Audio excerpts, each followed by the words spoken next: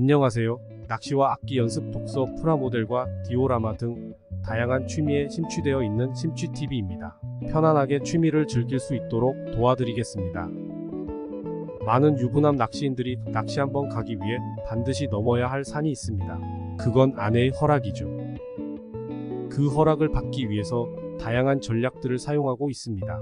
그 허락을 받는 과정이 힘들거나 어려워서 어떤 분은 마치 상을 받는 듯한 느낌을 받기도 하고 오랜 시간 취미로 해왔던 낚시 장비를 정리하는 경우도 봤습니다.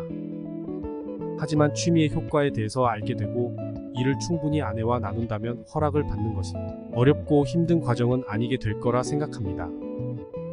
아내의 허락을 쉽게 받기 위해 그동안 사용했던 방법이 뭔가요? 어떤 대가를 제시하거나 며칠 밤낮 가게 해달라고 조르고 잘하지 않던 집안일을 하기도 하고 아내도 낚시에 재미 붙이게 하기 위해서 쭈꾸미 낚시에 반드시 한 번은 데리고 가기도 하죠. 소위 말해 쭈꾸미뽕을 맞게 한다고 표현하면서요. 운 좋게 쭈꾸미를 많이 잡게 되거나 마트의 가격 대비 선비가 더 이득이라고 느껴질 만큼의 많은 양을 잡게 되면 그나마 쭈꾸미 낚시는 허락되는데 다운샷이든 타이라바든 마릿수가 안되는 낚시를 가게 되면 필수적으로 카드 채비를 챙겨야 하잖아요. 즐겁자고 가는 낚시의 불안감이 먼저 떠올라 스트레스 받고 혹여나 오전 피딩 타임에 히트 한번 외치지 못하면 바로 꽝의 불안감과 내무부 장관의 잔소리 등짝 스매싱 걱정에 초조해지잖아요. 앞으로 아내의 허락을 받기 위해 이 방법을 한번 써보세요. 좀 더 편안하게 허락을 받을 수 있는 기본 베이스가 될 것입니다. 어렵지 않아요. 다음 설명해 드릴 4가지를 적용해 보세요. 1. 낚시는 상대적으로 소비적이지 않습니다. 일이나 노동의 가치는 현대 사회에서 무시할 수 없는 경제적인 부분에서 공감대를 형성하고 있기 때문에 대부분 공감하지만 그 외 일에는 공감되지 않는 경향이 있습니다. 대부분의 취미는 생산적이지 못하고 소비적이기 때문에 공감이 되지 않는 것이죠. 하지만 낚시가 생산적인 활동이라는 것을 인지한다면 어떨까요?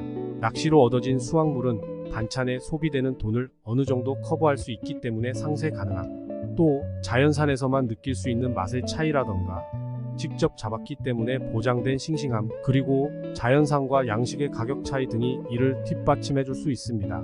2. 심리적 안정감에 도움을 준다.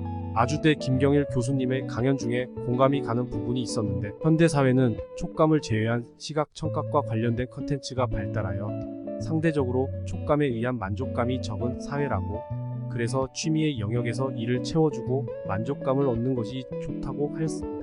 낚시는 낚시대와 릴, 미끼와 고기 모든 것을 손으로 만지면서 하는 취미 생활입니다.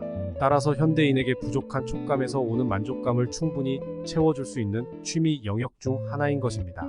여기에 더불어 낚시에는 여러 장르가 존재하기 때문에 새로운 장르에 도전하면서 느끼는 도전감을 얻을 수 있고 그 장르에 익숙해지거나 초심자의 행운이라도 만족할 만한 성과를 거두게 된다면 성취감과 만족감을 얻을 수 있습니다. 점점 더 사회가 노력만 해서는 안 되는 세상이 되어가는 듯 보이는 현실에서 나의 노력으로 무언가 이룰 수 있다는 생각과 만족감은 우리에게 더할 나위 없는 심리적 보약이 될 수 있습니다. 만족감이 충만하면 무엇이든 중독이 되어지는 것을 예방할 수 있고 다른 영역의 부족함으로 오는 강박적인 집착에서 벗어날 수 있어 조금 더 여유로운 시각으로 바라보고 생각하고 다가가고 도전할 수 있도록 해줍니다. 3. 자기 개발이 된다. 원부자님과 신방님의 영상을 보다 보면 낚시를 하면서 불편했던 것들을 해소하기 위해서 또는 더 많은 수확물을 얻기 위해서 새로운 제품을 개발하고 이를 스마트 스토어나 카페 등을 통해 판매하는 부분이 나옵니다.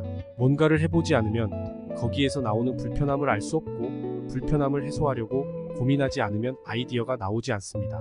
이런 새로운 문제에 대한 고민이 우리를 성숙하게 하고 새로운 영역으로 우리를 인도하며 연구하게 하고 공부하게 합니다. 세상에 쓸모없는 지식은 없다고 하잖아요.